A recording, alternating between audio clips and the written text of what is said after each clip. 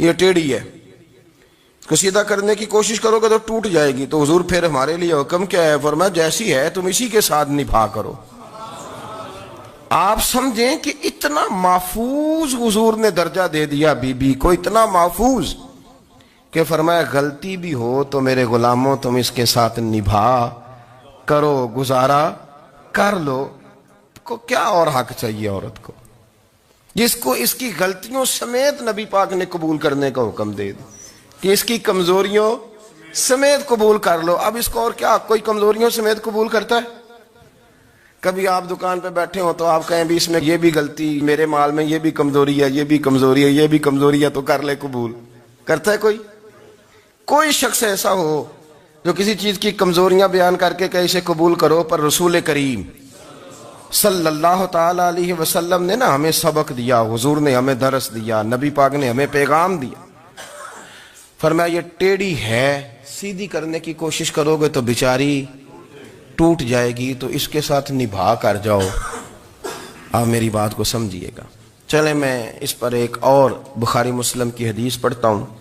حضرت سلمان فارسی رضی اللہ تعالیٰ عنہ اور حضرت ابو درداء کے درمیان بھائی چارہ تھا۔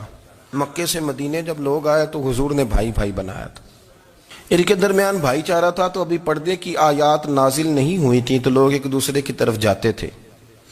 حضرت سلمان فارسی رضی اللہ تعالیٰ عنہ حضرت ابو درداء رضی اللہ تعالیٰ عنہ کے گھر میں تشریف لے گئے تو دیکھا کہ ان کی بیوی بڑی غمگین بیٹھی ہیں۔ تو ہم نے فرمایا بہن کیا ہوا؟ تو کہنے لگی تمہارے بھائی کو دلچسپی کوئی نہیں رہی، ہر روز روزہ رکھ لیتا ہے اور ساری ساری رات نفل پڑھتا ہے۔ حضرت سلمان فارسی کہنے لگے ٹھیک ہے کر لیتے ہیں بندوبست۔ نماز دین ہے کہ نہیں؟ دین ہے نا یہ چیزیں۔ لیکن حضرت سلمان فارسی جناب ابو درداء سے کہنے لگے آج میں نے تیرے گھر میں رہنا رات کو، کیونکہ وہ تو ساری رات نماز پڑھتے تھے، نفل پڑھتے تھے۔ انہوں نے کہا ٹھیک ہے، ایک بستر لا کے بچھا دیا حضرت سلمان فارسی کے لیے۔ سلمان فارسی فرمانے لگے دوسرا بھی لا۔ کہا وہ کیا کرنا ہے؟ فرمانے لگے تو نے بھی سونا ہے، میں نے بھی سونا ہے، تو نے بھی سونا ہے، عشاء پڑھیں گے اور پھر دونوں سوئیں گے۔ کہا میں نے تو نماز پڑھنی ہے۔ فرمایا تہجد کے وقت اٹھ کے پڑھیں گے، اللہ کے رسول بھی رات آخری حصے میں جا کے نماز پڑھتے ہیں۔ ادھر ساتھ سلا لیا، وہ تھوڑی کو دیر سوئے، اب عادت تھی ساری رات اٹھنے کی، ذرا اٹھنے لگے بستر سے تو حضرت سلمان فارسی فرمایا چپ کر کے سو جا، وہ بڑی رات پڑی ہوئی، چپ کر کے سو جا۔ وہ لیٹ گئے، پھر اٹھنے لگے تو فرمایا سو جا چپ کر کے، بڑا ٹائم ہے۔ سحری کے وقت اٹھے، نفل پڑھے۔ ان کا ارادہ تھا روزہ رکھنے کا، تو فرمانے لگے کل رکھا تھا نا نفلی روزہ؟ جی رکھا تھا۔ پرسوں بھی رکھا تھا، ترسوں بھی رکھا تھا۔ فرمایا آج نہیں رکھنا، آج میں تیرا مہمان ہوں، سارا دن کٹھے مل کے روٹیاں کھائیں گے، آج نہیں روزہ رکھنا۔ سلا دیا۔ اب حضرت ابو درداء رضی اللہ تعالیٰ عنہ کہہ تو کچھ نہ سکے، پر کہنے لگے سلمان تم پتہ ہے تم کیا کر رہے ہو؟ نہ تم نے مجھے رات اٹھ کے زیادہ نفل پڑھنے دیے، سویرے روزہ نہیں رکھنے دیا۔ تو حضرت سلمان فارسی کہنے لگے کوئی لمبی بات تو نہیں نا، چلتے ہیں نا ابھی فجر میں مسجد نبی میں، تو نبی پاک کو بتاتے ہیں۔ سرکار دو عالم علیہ السلام کی خدمت میں تو اپنی بات کرنا، میں اپنی کروں گا، حضور نتیجے کا اعلان فرما دیں گے، بات طے ہو جائے گی۔ حاضر خدمت ہوئے، عرض کی یا رسول اللہ صلی اللہ تعالی علیہ وسلم یہ ساری رات نفل پڑھتے ہیں، ہر روز روزہ رکھتے ہیں، ان کی اہلیہ غمگین بیٹھی ہیں، حکم فرمائیں۔ تو نبی پاک صلی اللہ علیہ وسلم نے فرمایا پھر ہوا کیا؟ یا رسول اللہ میں نے رات سلایا ہے، سحری میں اٹھایا ہے، سویرے روزہ نہیں رکھنے دیا۔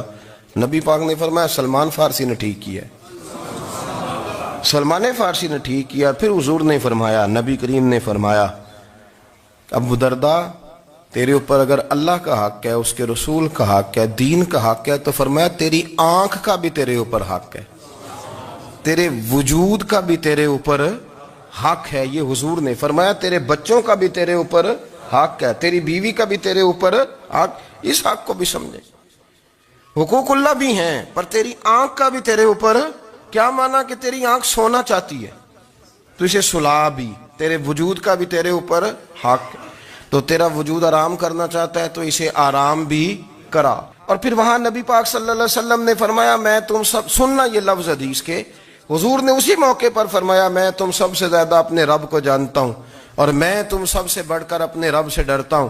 حضور فرمانے لگے میں روزہ بھی رکھتا ہوں، افطار بھی کرتا ہوں، یعنی کبھی رکھتا ہوں اور کبھی نہیں رکھتا۔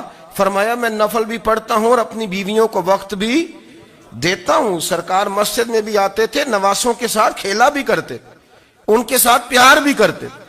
تو اتنے بڑے حقوق حضور نے بیان فرمائے عورتوں کے کہ تمہاری بیوی کا بھی تمہارے اوپر. لو ایک حدیث بخاری کی اور یہاں بیان کر دیتا ہوں. ایک شخص نے آ کے عرض کی، یا رسول اللہ صلی اللہ تعالی علیہ وسلم، جہاد کے لیے تیاری ہو گئی ہے، صفیں بن رہی ہیں، مجاہدین کی تیاری ہے، تو میرا بھی نام لکھ دیا گیا ہے مجاہدوں کی لسٹ میں، لیکن یا رسول اللہ صلی اللہ تعالی علیہ وسلم میری بیوی نے حج کی تیاری کر لی ہے اور میرے دوستوں نے، صحابہ نے میرا نام مجاہدین کی لسٹ میں لکھ دیا، تو میرے لیے کیا حکم ہے؟ یہ بخاری مسلم ہے. تو نبی پاک صلی اللہ تعالی علیہ وسلم نے فرمایا، جہاد پہ کوئی اور چلا جائے گا تو بیوی کے ساتھ حج کرنے جا، اسے محرم کی ضرورت ہے، وہ تیرے بغیر کیسے جائے گی؟ مجاہدین کو تو اور مجاہد مل جائے گا، پر تو اپنی بیوی کے ساتھ جانا. نبی پاک صلی اللہ علیہ وسلم نے مرد کو محافظ بنایا ہے، عورت کو مرد کا قیدی نہیں بنایا، بلکہ عورت کو حفاظت عطا کی اور مرد کو اس کا محافظ بنایا. اب بچیاں آزاد ہونا چاہتی ہیں، اور آزادی بھی وہ والی کہ جو بنیادی طور پر آزادی نہیں، فحاشی ہے. میں نے بہت پہلے کہا ہے کہ اسلام بیٹیوں کو قیمتی سمجھتا ہے. جس بندے کے پاس 20 تولے سونا ہو وہ چوک میں لے کے نہیں آتا، وہ قیمتی چیز ہے، اس نے چھپا کے رکھی ہوتی ہے. تو جو نبی پاک صلی اللہ علیہ وسلم کا کلمہ پڑھنے والے بیویاں، اسلام انہیں قیمتی سمجھتا ہے، کہتا ہے کہ تم قیمتی ہو، لہذا گھر کے اندر رہو، تم باہر نہ ہو. لیکن عورتیں ہیں کہ ان کو بلا وجہ لوگ خراب کر دیتے ہیں اور بلا وجہ وہ اس مغالطے کا شکار ہو جاتی ہیں. اب آگے بڑھتے ہیں. قرآن مجید نے سورہ نور کی آیت نمبر 30 میں کہا کہ کل للمؤمنین یغضوا من ابصارہم